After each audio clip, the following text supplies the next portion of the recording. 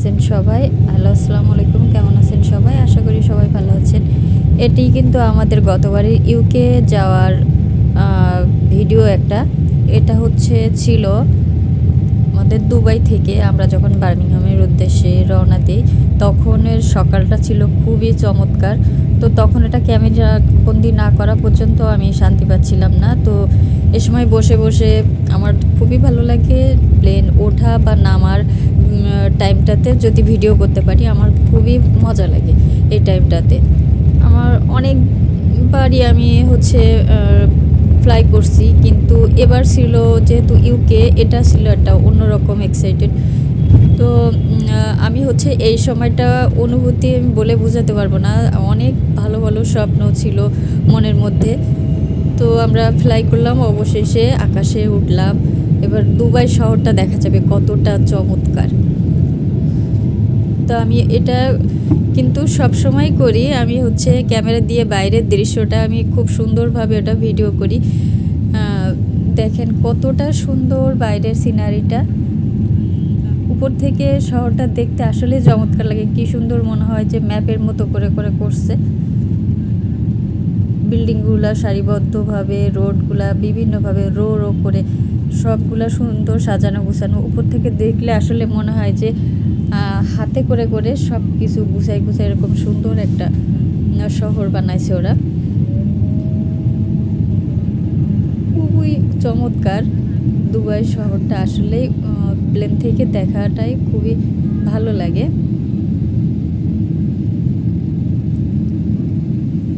তো এখানে যেহেতু পানি একটু হালকা স্লো হয়েছে, আবারও আমরা উপরে উঠব। দেখেন নিচের সিনারিটা কতটা সুন্দর, আমার খুবই ভালো লাগছে এই জায়গাটা। এই জন্য আমি শেয়ার করলাম যে আসলে আমাদের গতবারের জার্নিটা কতটা ভালো ছিল।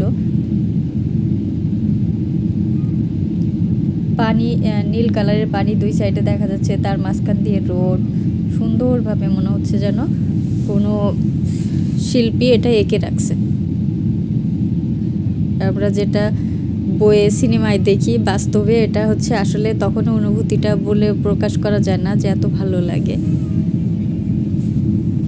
তো আরও উপরে উঠে যাচ্ছি, যার জন্য আস্তে আস্তে ঘোলাটে একটা ভাব দেখাচ্ছে। মেঘের মধ্যে আমরা চলে যাচ্ছি, কারণ 10,000 কিলোমিটার উপরে, আসলে তো অনেক বেশি উপরে, যার জন্য মেঘ তো আমাদের আস্তে আস্তে শুয়ে যাচ্ছে।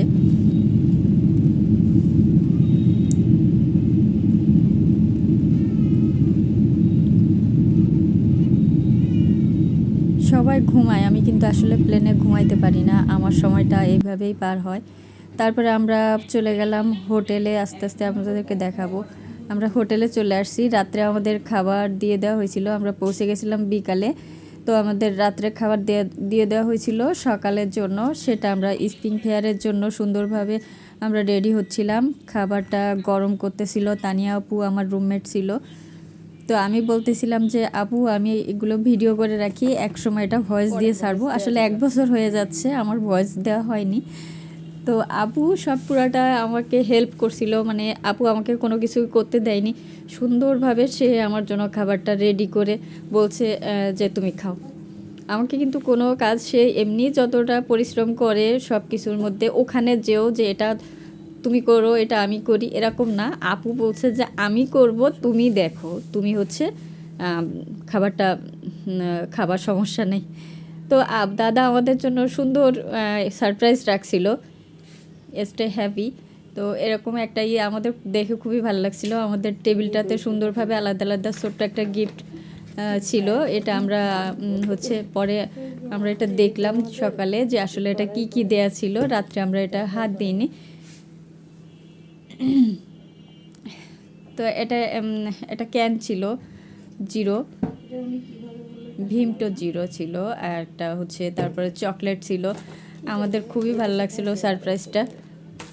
মনে হচ্ছিল যেন আমাদের কাছে যে আসলে এত চমৎকারভাবে তারা আমাদের জন্য সুন্দরভাবে অ্যারেঞ্জগুলো করে রাখছে, যেটা খুবই আমরা খুশি হয়ে গেছিলাম। তো তারপরে আমরা তো আস্তে আস্তে স্প্রিং ফেয়ারের জন্য রেডি হচ্ছিলাম, কারণ সেদিন আমাদের ফার্স্ট। আমরা শাড়ি পরে, জিন্সের সাথে শাড়ি পরে বাইরে কিডসের সাথে হাঁটবো, তো এটা আলাদা আমাদের ভিতরে একটা কাজ করতেছিল, টেনশন।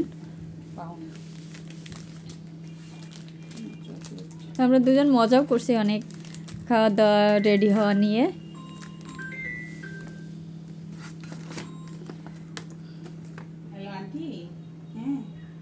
অনেকে বলছিল যে খাবারের এটা কেমন কি, এখানে হালাল কি, এই কোন খাবার হালাল।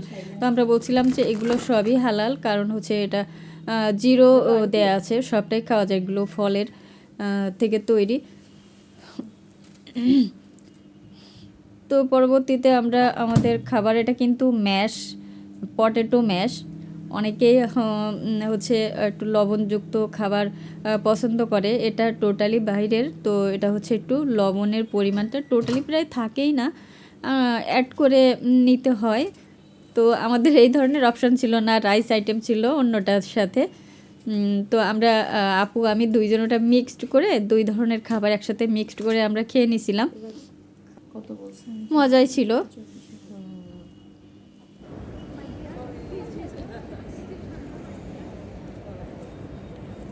তারপর আমরা স্প্রিং ফেয়ারে পৌঁছে গেলাম। এই যে সুন্দরভাবে, আগে অনেক হাঁটাহাঁটি করা হয়েছে, কারোর ফটোশ্যুট করা হয়নি। এখানে আমাদের জ্যোতি আপু আছে, এই জায়গাটাও চমৎকার। আপু এখানে ছবি নিচ্ছিল, সবাইকে বলতেছিল দেখো কতটা সুন্দর জায়গা, এখানে ছবি না নিলে হবে না।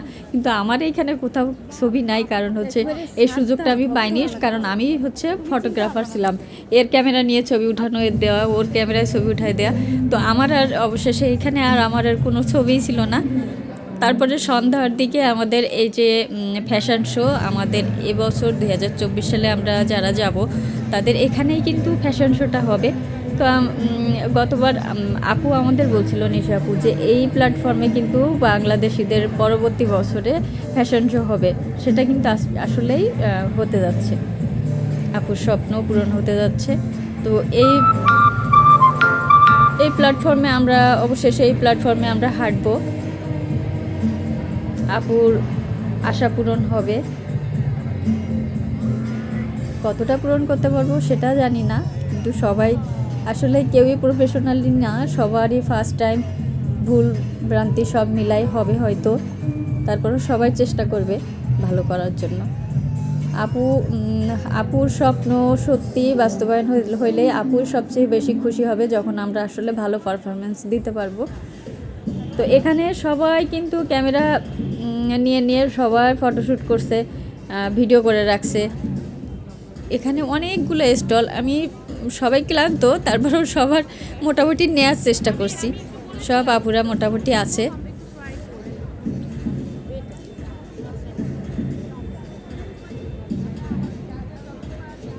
আমাদের অন্যরকম একটা এক্সপিরিয়েন্স, শাড়ি পরে হাঁটা কিডসের সাথে।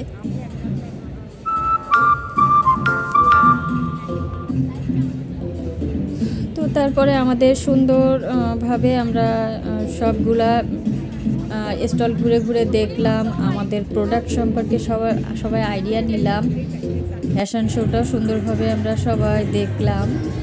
তো এখন হচ্ছে আমাদের